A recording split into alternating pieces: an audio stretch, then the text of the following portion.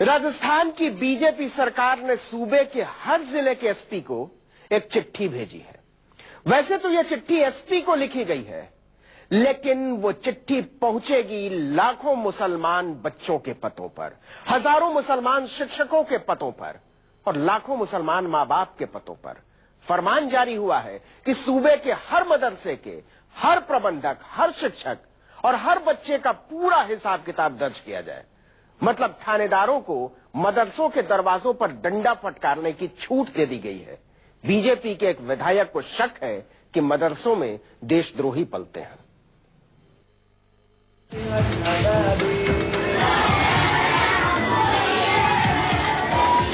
राजस्थान के 3,842 मदरसों का मालिक अब अल्लाह नहीं, इलाके का थानेदार है। आलिम से लेकर इल्म के तलबगार तक थानेदार की रहम पर। हत्यारों, लुटेरों, बलात्कारियों, उचक्कों को नहीं संभाल पा रहे तो अब मदरसों का मुख्तार बना दिया है थानेदार को। चलिए बताइए मौलाना, कितने बच्चे पढ़ते हैं? बताइए कौन कौन पढ़ाता है? बताइए क्या पढ़ाते हैं आप? बताइए कैसी सोच रखते हैं आप? राजस्थान की रानी ने राज्य की पुलिस और इंटेलिजेंस को यह नया काम दिया है, क्योंकि एक विधायक को खुश करना है। जी हाँ, सिर्फ एक विधायक को खुश करने के लिए हजारों मदरसों की जांच के आदेश दे दिए गए।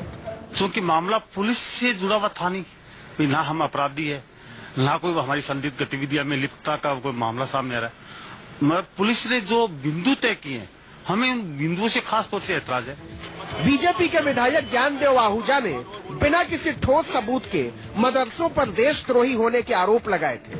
मजाक ये है कि मुख्यमंत्री वसुंधरा राजे ने बिना देर किए इन आरोपों पर अपनी रजामंदी की मुहर लगा दी और राजस्थान के थानेदारों को मदरसों के दरवाजे पर खड़ा कर दिया।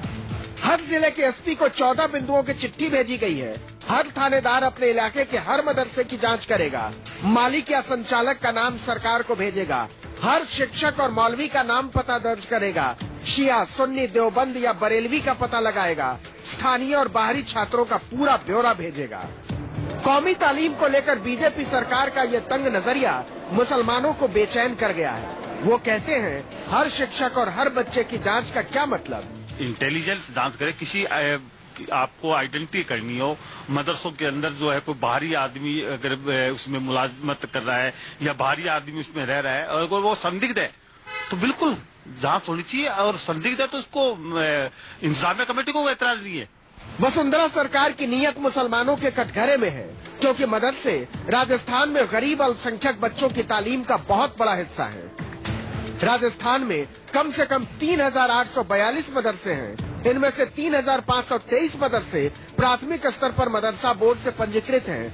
319 मदरसे उच्च प्राथमिक स्तर पर बोर्ड से पंजीकृत हैं। 729 मदरसों की मान्यता बोर्ड ने खुद रद्द कर दी है।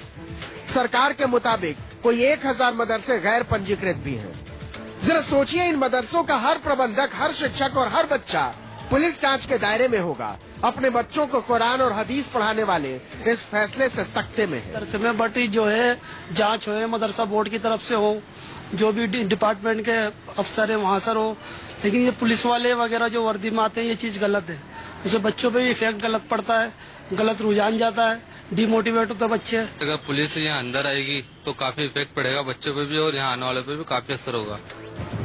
सूबे के सारे मदरसों पर बैठाई गई पुलिस जांच पर सियासत में तूफान खड़ा हो गया है। कहा जा रहा है कि जानबूझकर मुसलमानों की कौमी तालीम पर पिछले दरवाजे से हमला बोला गया है। तबलीग जमात जो है वो कोई प्रतिबंधित संगठन नहीं है। तबलीग जमात के लोग भी धार्मिक शिक्षा का काम करते हैं, वो दीनियत की बातें करते हैं, वो नमाज की तरफ ले जाने की बातें करते हैं, अच्छाइयों की बात कर रहे हैं, वो समाज को जो अंदर जितनी कुरीतियां उनको दूर करने का काम कर रहे हैं। लेकिन सरकार को इस चीज से भी एतराज है। वसुंधरा सरकार को अंदाजा है कि उसके फैसले से पैदा हुई नाराजगी समाज और सियासत में नए ध्रुवीकरण का बहाना बन सकती है, इसीलिए अब वो इसे लीपने की कोशिश कर रही है।